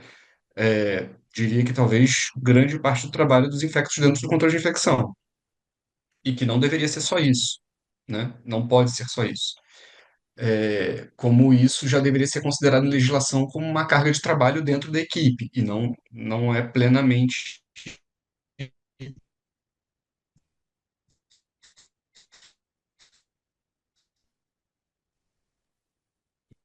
Ixi, acho que está travado. Endereçada a carga horária para isso. Então, isso é um ponto. É, acho que pessoal, voltei? Voltei. Estão Voltou. me vendo? Beleza. Então, assim, outras coisas que são carga de trabalho, geralmente da equipe de enfermagem, do controle de infecção, e que não deveriam estar, como, por exemplo, execuções relacionadas a núcleo epidemiológico de vigilância hospitalar, ficar emitindo notificação, que por legislação é obrigatório, mas que não deveria estar dentro da CCH. Aqui no Distrito Federal, por exemplo, uma coisa que aconteceu é que saiu diretriz, lei, dizendo que é separado, não é para ser dentro da CCH. É obrigatório agora ter dois profissionais dedicados para núcleo hospitalar de vigilância epidemiológica, para fazer notificação, fazer as coisas, para fazer um núcleo de vigilância epidemiológica hospitalar verdadeiro, e não só vinculado à CCIH. Então, assim, eu entendo a angústia, eu talvez compreenda que a nossa participação na vigilância de resultados e processos talvez seja uma parte nobre do trabalho. O que a gente tem que fazer é tirar coisas que não são pertencentes à CCH de dentro da CCH, né? É, e, obviamente, ampliar o tamanho das equipes, né? Não dá para a gente achar que dois, duas pessoas para cada 200 leitos, por legislação, é suficiente para alguma coisa, gente. Ainda mais dependendo da complexidade do hospital, pelo amor de Deus, né? E Só com a para falar que quantidade eu de... acho. A Pri Não, colocou pode bem na falar. apresentação dela a quantidade de coisas que a gente está envolvido, a quantidade de processos que a gente está envolvido, que vai desde padronização até discutir caso na beira-leito. Bicho, né? Você imagina. Só para falar que alguém acho que perguntou da portaria 2616, a BH, junto com a Sociedade Brasileira de Infectologia, mandou uma consulta pública para a Anvisa e eles responderam que logo, logo a 2616 vai entrar em consulta pública para ser modificada, mas a gente não tem data. Mas pelo menos existe aí uma luz no final do túnel de que ela vai ser reformulada, tá? Giovana, tem várias perguntas aí no chat, você não quer mandar? Thaís, Vamos, enquanto a vamos sim. Gi, só complementar enquanto a Gi tá aí buscando a pergunta, falando dessa pergunta da Eli, é, uma experiência que a gente está tendo positiva, eu só vou puxar para aquele projeto que eu falei, Eli. Então, acho que a vigilância é a angústia de todo controlador de infecção, né? Época de fechar taxa, tudo isso que todo mundo passa. Algo que nos ajudou muito é essa visita que eu falei do controle de infecção programada na unidade, com aquele checklist. Então, por que que nos ajudou muito na vigilância? Porque você está ali com a ponta, pegando os casos e discutindo os casos. Então, isso tem facilitado muito o nosso trabalho no processo de vigilância. Você tá junto com a equipe, e não tô falando, tá, gente, daquela que eu sei que muitos serviços têm, da visita médica, da interconsulta, não é isso. É o controle de infecção, e ir ali com a equipe, que envolve liderança, equipe, e passar ali aquilo. Tem casos suspeitos de ir essa semana, teve coleta de cultura, alguém tá usando antibiótico por tempo prolongado, a gente quer discutir, algum dispositivo que pode ser retirado, ou que tá. Então, você tá ali. Quem tá em precaução? Por que que tá em precaução? Então, você já tá ali na ponta discutindo, e daí você já traz um leque que você já pode falar: não, isso não é IRAS, isso é. Então, isso vem facilitado muito, mas é isso. É um tempo que parece a mais. Ah, eu tenho que ainda ter tempo para ir na unidade? Não, é o tempo que você tem um tempo de valor, sabe? Um tempo importante que você tá ali discutindo e você tem ali um banco com informações todas que já estão ali, sua vigilância está feita quase do paciente inteiro. Você discutiu junto com a equipe médica, de enfermagem, o que está acontecendo, por que coletou a cultura, qual foi o resultado. Então, isso tem sido bem, bem importante respondendo como você reduz essa carga. Quando você olha aquele prontuário, você já tem o caso inteiro, né, discutido, tá bom? Eu diria que esse é o principal tempo. É o tempo que você gasta lá. porque Exato. isso não só adianta o seu trabalho, mas é educativo.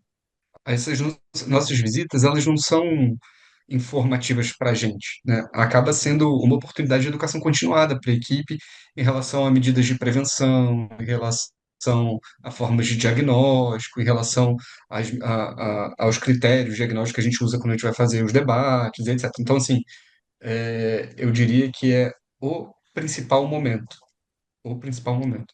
Eu estava sofrendo, aí eu vou fazer uma exposição pessoal aqui, trabalhando demais, eu estava sofrendo que eu estava, sei lá, estava 2 meses que eu tinha parado de passar a visita, não conseguia sair de dentro da sala, tava as outras pessoas da minha equipe passando visita. Passar a visita é uma coisa que eu sempre gostei de fazer minha vida inteira. Eu, eu, eu me sinto melhor quando eu estou passando visita do que dentro da sala. Aí, há 2 meses atrás, eu não vou. Aí, deixei marcado na agenda no Teams, bloqueado para ninguém marcar. Porque esse é o nosso horário nobre, né? É o horário que a gente está lá discutindo, conversando, etc. Então, não posso. E ainda nessa ideia de compartilhar experiências para quem tem gente perguntando quantas vezes por semana e tudo mais, a gente tenta fazer 2 vezes para pegar plantão A, plantão B, né, para as pessoas estarem envolvidas. Quando não dá, é uma vez, mas a gente tenta as 2 vezes. E como a experiência do que a gente passou, assim, gente, para quem não faz, no início vocês vão tomar, vai ser muito resistente, é muita resistência. Vocês vão passar por isso. Não dá, vem com a equipe multi, passar junto, não precisa de plantão, e a gente tem que insistir, a gente quer um tempo nosso. Vai ser difícil, eu tenho certeza que vai ser, vocês vão passar por isso. Mas continua. Então, a gente, hoje, por exemplo, se a gente tem tudo muito organizado, assim, sei lá, a oncohematologia acontece de quinta-feira às 9 horas da manhã. Se a gente, por algum motivo, não pode ir, gente, começa. Vocês não vão chegar? E tem visita? Então, as pessoas, quem tá lá da unidade cobra a gente. Então, porque eles querem fazer a visita, porque eles gostam de fazer a visita. Eles, às vezes, guardam aquela pergunta que ficou para fazer na visita com a gente, né? E aí, outra coisa importante de visita, não é aquela visita que você chega, fala com alguém e vai embora. Tenta envolver o médico, o enfermeiro, o técnico, né? Quantas já aconteceu assim, algum catéter, né? Que a gente que vocês queiram falar. Então, aí vai falar, não, eu acabei de voltar do banho e o do tal paciente tal tá começando uma hiperemia. Então, assim, todo mundo ali tem algo para trazer e para falar. Se a gente conseguir reunir essa equipe nesse tempo de valor, é legal. E falando de educação, para não continuar, né? Quando eles começam, eles querem falar todos os casos, né? O paciente chegou com isso, você fala, não, mas isso é uma infecção comunitária e tudo mais, explica critério e tudo mais. Hoje, a gente está num nível nas unidades, né, em muitas das unidades, que eles já trazem assim, paciente tal, tal, tal, chegou com a infecção por causa do critério, infecção comunitária, não deu X horas, não deu X dias, eles trazem resolvido, assim, pra gente, sabe? Então, que é algo que às vezes até brinco, falei, olha, já fechou caso ou não fechou caso. Mas que isso é um processo de educação, de evolução. Onde eles, no começo, todas as vezes, eles falavam todos os pacientes de tudo que estava acontecendo, do paciente que chegou com um quadro gripal de casa. Que não é que não tem valor, lógico que tem valor para o controle de infecção, a gente tem que ter precaução, mas eles já conseguem diferenciar o que foi uma aquisição, o que não foi uma aquisição. Então, é tempo de valor, sim. Se dediquem a essa visita. Perfeito, pessoal. Tem umas perguntas aqui no chat em relação à oncologia, e de alguns indicadores que não há muita referência para a meta de infecção. Por exemplo, a pessoa pergunta para unidades ambulatoriais de oncologia o que que se usaria para instituir essa meta, se seria somente a série histórica da unidade mesmo. E às vezes a gente se depara com muitos indicadores que a gente não tem muita referência, né? E que é um problema na nossa unidade. E aí vocês sugerem o que nesses casos?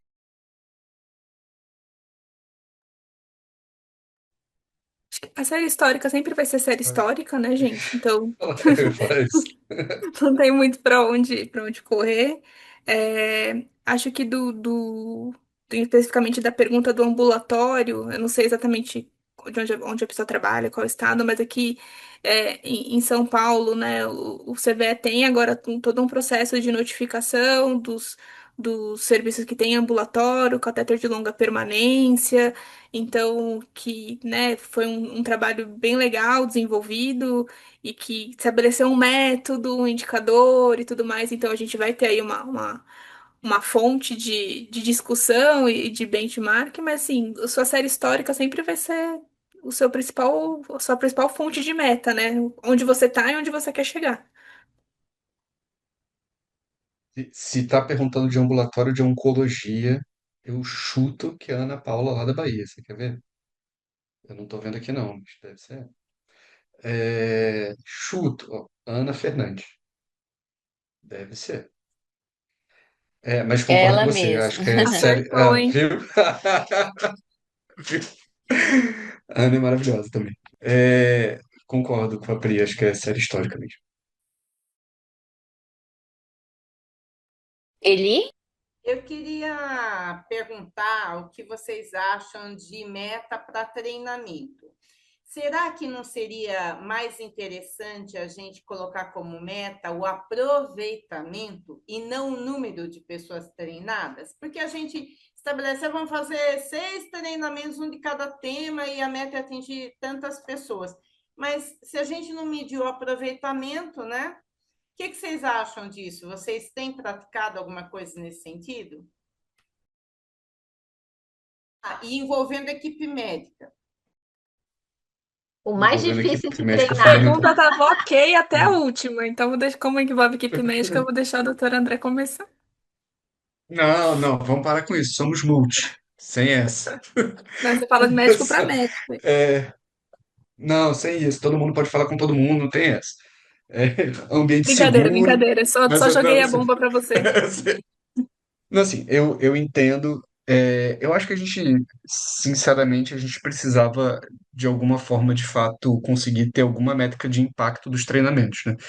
Por vários motivos. Eu acho que tem uma coisa que eu falei lá na parte da minha apresentação, que a gente geralmente desenha treinamentos relacionados a controle de infecção e muitas vezes não dentro de um escopo de treinamento global do hospital ou da rede, né? E acaba tendo pouca adesão porque, poxa, os profissionais ali estão envolvidos em, além de 1 milhão de rotinas dentro da instituição, também 1 milhão de outros treinamentos. Então, acaba que a adesão aos treinamentos eventualmente é baixa, né? Isso é realmente um problema. Agora, a forma de medir os impactos, de fato, acho que precisa de uma discussão mais profunda, assim. Eu acho que a primeira coisa que me vem à cabeça, obviamente, é tentar entender se a prática para a qual você estava treinando houve alguma mudança, tanto do ponto de vista de resultado quanto de processo, né? Isso a gente vê muito claramente, eu vou dizer uma coisa que deve ser comum aqui para todo mundo, mês de maio, e higiene de mãos, né? Um monte de treinamento, um monte de campanha, a taxa de higiene de mãos vai lá para cima. Então, você tem uma aferição ali muito clara. Agora, para os outros processos, eu não consigo nem enxergar se as medidas de desfecho são claramente suficientes para a gente dizer que o impacto foi adequado. Acho que envolve muito mais mudanças de processo de fato. E aí, medir essas mudanças de processo é que talvez seja mais difícil, né? Então, por exemplo, vou fazer um treinamento de prevenção de infecção de corrente sanguínea, mas, poxa, você tem, sei lá, 3 infecções de corrente sanguínea no ano. Se zerar a sua taxa de infecção, foi por causa do treinamento ou foi meramente ao acaso, né? Porque 3 no ano não é nada, né? Mas em compensação você passa a ver que sua taxa de adesão dos bundles aumentou, que os curativos estão mais adequados, que as equipes estão higienizando melhor os hubs, etc. Então, talvez eu diria que a medida do sucesso do treinamento faz muito mais sentido através da avaliação do processo, não do desfecho, e do que a presença em si. Eu concordo com você, eu acho que você tem razão. O problema é a gente conseguir medir isso e o problema também é conseguir mudar o processo sem ter adesão, né, do treinamento. Teria que ter uma equipe muito madura para serem os replicadores dentro daquela unidade. Tem uma outra pergunta aqui no chat que eu vou até fazer essa provocação para o André, porque no grupo que a gente trabalha, eu sei que a gente discutiu bastante isso. que é de como vocês estão avaliando os programas de gerenciamento de antimicrobianos, né? Aquela velha história. Existe uma meta para os indicadores aí de consumo. Aqui a pessoa citou o DDD, mas a gente trabalha com DOT, né, André, na nossa rede, e aí pode ser estendida também para o DOT. Então, eu sei que a gente fez uma revisão aí, estudou bastante do tema, e aí chegamos a um consenso, é tudo muito democrático na rede, de maneira geral. O André é um líder que sempre pede bastante a opinião de todo mundo, mas isso foi um desafio à parte, né? Ver essa questão de meta para consumo, indicador de consumo de antimicrobiano. É bom, enfim, é bem desafiador definir meta para consumo. A gente, historicamente, o que que a gente entendeu, né? Então, vou gastar um tempinho aqui só para entender a história de como foi o nosso gerenciamento de antimicrobiano. Pós-pandemia, aquele boom de consumo de antimicrobiano, é, a gente entendeu que existia um problema que precisava ser resolvido e, e definiu como meta para consumo DOT, Days of Therapy, né? Não DDD. Com uma meta bem ousada de nos primeiros 3 meses ter uma redução de, agora eu não lembro quantos por cento, porque foi 2020, final de 2020, mas eu acho que era uma redução de 10%, 5%, acho que era 10% do consumo de meropenem. Então a gente começou por meropenem, a gente queria reduzir carbapenem. E a gente fez a nossa meta através de DOT, não DDD, por todas as questões relacionadas ao indicador de DDD, né? Então, assim, DDD, se você tem variação de peso, se tem variação de função renal, se é adulto, se é criança, isso interfere de maneira significativa no indicador, e ele não é um indicador muito fidedigno. E, no final das contas, aqui a gente vai concordar que dose, dane-se dose, né? Assim, a não ser que você estiver dando da dose errada, né? Que aí você vai matar o paciente por subdose. Agora, a dose mais alta não faz tanta diferença. O que é o grande problema é o tempo de consumo, né? Então, a gente acabou optando por utilizar o DOT. E aí, o DOT virou uma meta, isso foi um sucesso nos primeiros 3 meses, a gente realmente conseguiu reduzir bastante. A gente bateu muito, a gente tinha reuniões semanais de processo, assim, de andamento, de como é que estava o gerenciamento de antimicrobianos, etc. É, Era até, chegava na filigrana de você tem equipe X, Y, Z. Então a gente se baseou num tripé, na verdade, assim, primeiro que tinha que existir equipe dedicada para o stewardship, não podia ser, não precisava ser equipe exclusiva, mas era equipe dedicada. Então cada hospital tinha que ter um infectologista que ia responder pelo stewardship. Então ele ia estar lá na reunião comigo para eu empentelhando o saco. Tinha que ter um farmacêutico clínico dedicado para o stewardship, não precisava ser exclusivo, mas tinha que ser dedicado. A gente trabalhava na frente de auditoria de 100% dos antimicrobianos de uso restrito. Então, a gente tinha uma lista de 10 antimicrobianos de uso restrito que todos precisavam ser auditados no hospital, independente do setor. Um programa forte de transição IV para VO. Então, a ideia era que todo mundo fizesse intervenção e empoderasse os farmacêuticos clínicos para a intervenção, para a transição em VVO e suspensão de antimicrobiano com 7 dias. Tá? Então, também intervenção para suspensão de antimicrobiano com 7 dias de tratamento. Óbvio que endocardite, osteomielite, enfim, essas coisas não, né? Mas intervenção para suspensão de antimicrobiano precoce, vai, muito entre aspas. E a gente teve um resultado muito interessante, assim, eu depois, em alguma outra sessão, eu posso até apresentar os dados. Os primeiros 3 meses a gente conseguiu reduzir de maneira significativa a carbapenema e depois, nos anos subsequentes, as nossas metas eram de redução de 5 a 10% de consumo global do DOT geral de todos os antimicrobianos. E a gente conseguiu isso de maneira significativa, assim. Como a gente conseguiu isso foi com essas reuniões frequentes de discussão, de andamento, estruturação das equipes de stewardship dessa forma, e a gente tinha um painel de gerenciamento de antimicrobiano. Então, todos os hospitais da rede conseguiam ver como estava seu consumo em DOT. Você conseguia filtrar por período, por unidade, por tempo, por período, por unidade, por antimicrobiano. Então, isso foi um sucesso do ponto de vista de resultado. Mas é isso, assim, se você comparar, resumindo muito brevemente, mas aí se você for comparar indicador de utilização, é definitivamente, eu diria que definitivamente DOT ou LOT, né? Assim, um DDD, utilizar DDD para meta, você pode estar errando aí ou de maneira significativa. A outra questão é, e aí eu acho que essa é a mais sensível, é definir o quanto você deve reduzir, se é que já dá para você reduzir, ainda dá para você reduzir, né? Então você de fato tem que olhar a sua série histórica, olhar para trás e entender como está a sua utilização de antimicrobiano dentro da sua unidade. E se precisa ser reduzir todos os antimicrobianos, ou se tem grupos de antimicrobianos específicos que precisam de controle maior, né? E maior redução. Então, lá em 2020, quando a gente começou, a gente entendeu que carbapenema tinha um mato altíssimo para cortar. E de fato tinha durante a pandemia, né? E isso funcionou muito bem. Mas agora, dentro da sua unidade, pode ser que a perspectiva seja outra, seja tipo, pô, o pessoal tá, eu tenho, sei lá, vou dar um exemplo, tá, um hospital hipotético, muito oncohematologia, a galera tá perdendo a mão no Torgena. Então, Torgena talvez seja o seu problema, né? É, e por aí vai. Então, definir meta para redução de consumo de antimicrobiano depende muito da sua unidade, depende muito do seu problema local e, e às vezes, assim, olhar por DOT, o problema pode ser que todo mundo também esteja com o tempo adequado, mas só está com o espectro inadequado. Então você precisa de uma análise mais qualitativa também, né? Então o cara está fazendo Torgena, mas o que ele precisa é de Cefepime, entendeu? Vai dar os mesmos 7 dias. Então tem que só tomar cuidado com esse tipo de coisa também. Mas Stortip é um negócio legal de discutir. A gente pode fazer uma só sobre isso.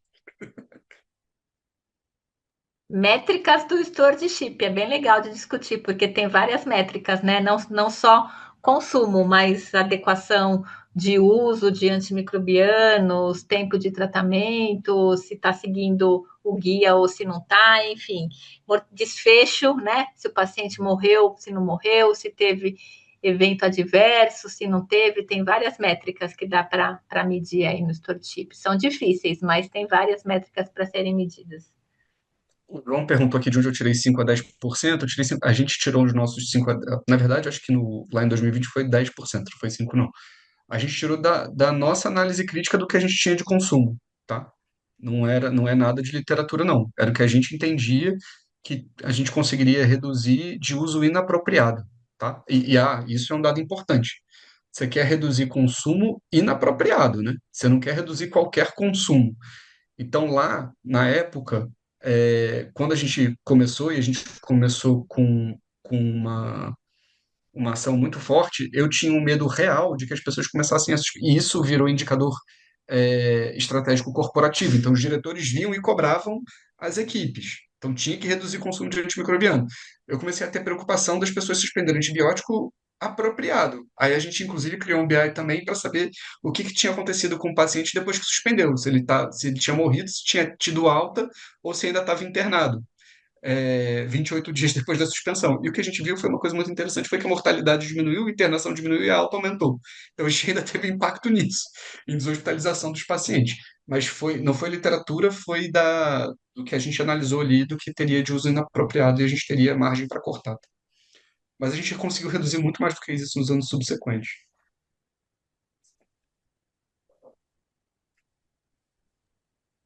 Perfeito. Bom, o que mais que temos de perguntas aqui? Perguntaram, Pri, para você como é que você aplica o projeto Somos no centro cirúrgico. Hoje o projeto ele está focado em unidades de internação. A gente está começando uma unidade piloto para o centro cirúrgico, mas a gente não estruturou o projeto, né? Ele tem a estruturação, não começamos na prática, porque é muito diferente, né? O modelo de trabalho do centro cirúrgico das unidades de internação. Então, hoje ele roda bem, é o nosso método nas unidades de internação, e a gente está com o piloto no papel para começar no próximo ano no centro cirúrgico, tá bom?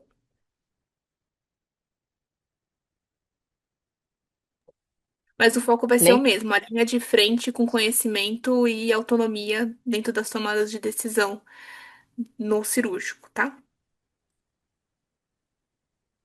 Perfeito. Eli, Thaís, querem perguntar mais alguma coisa pro André, pra Pri, querem fazer algum comentário? Bom, acho que só não comentário nem pergunta, mas agradecer aí a participação dos dois no nosso último debatendo com a APECI.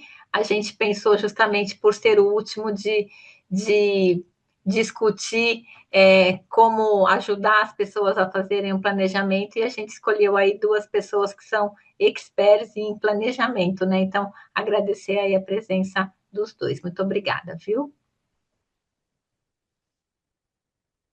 Eli? Eu Obrigado, quero pessoal. agradecer e eu quero agradecer os palestrantes, agradecer a Giovana, que está num momento especial e está aqui hoje, né? Uma dedicação tremenda. E quero agradecer a CNPH, que sempre tem patrocinado os nossos eventos, debatendo, né? Desse ano todinho, a CNPH que apoiou. Então, nosso muito obrigada a essa parceira importante que é a CNPH para a PECI, que tem aí uma credibilidade, um leque de produtos que tem muito a ver com a nossa área, então a gente agradece muito a CNPH. Eu achei fantástica essa dupla do André com a Priscila, foi muito legal e a gente espremeu os dois, né, com perguntas capciosas. O André está até botando as barbas em molho, assim, né, André? É Mas normal. foi Pergunta para Giovana. É assim e assim. Ai, meu Deus! Então, é muito legal, foi muito bom. A gente só tem que agradecer. A gente encerrou essa série debatendo com chave de ouro. Parabéns. Vamos tirar uma foto, pessoal? Opa! Eu quero agradecer também, agradecer vocês pelo É, convite, a todos os presentes. Feliz em conhecer o Dr. André. E já temos temas, né, meninas, para os próximos debatendos. Isso é muito importante. E muito, muito feliz em estar com vocês hoje. a gente Ah, podia tenho que aproveitar e agradecer. pedir para quem está participando que mandasse sugestões Posso? de temas. Pode agradecer, André, desculpa. Eu quero primeiro agradecer a vocês assim pelo privilégio de estar aqui participando do evento da PECI. Verdadeiramente uma honra. Agradecer a Gi pelo convite quando ela me mandou, eu fiquei super feliz. E agradecer, na verdade, a toda a minha equipe que trabalha comigo, porque eu certamente não estaria aqui podendo debater com vocês se eu não tivesse esse tanto de gente trabalhando junto de mim, é, em um ambiente de segurança plena, em que a gente consegue discutir todos esses assuntos que a gente falou aqui quinzenalmente, sem medo de falar o que tiver que falar, sem medo de trazer à tona assuntos difíceis, fazer conversas difíceis, e a gente às vezes discute, debate, quando acaba, todo mundo amigo, a vida seguiu e é isso. Então, eu, ao longo desses anos, como head de CCH, eu aprendi muito mais do que eu contribuí. Então, tenho que agradecer muito a essas pessoas, porque se não fossem elas, eu não estaria aqui hoje e de verdade, obrigado.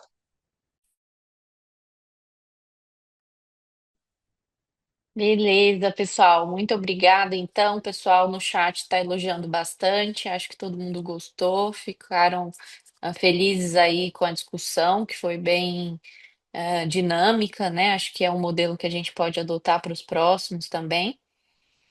Agradeço aí a participação de todos que estão em casa. Agradeço o André, a Pri, a Eli, a Thaís. E vamos bater nossa foto final para a gente encerrar com chave de ouro. Vamos lá. E boas festas, né, para todos.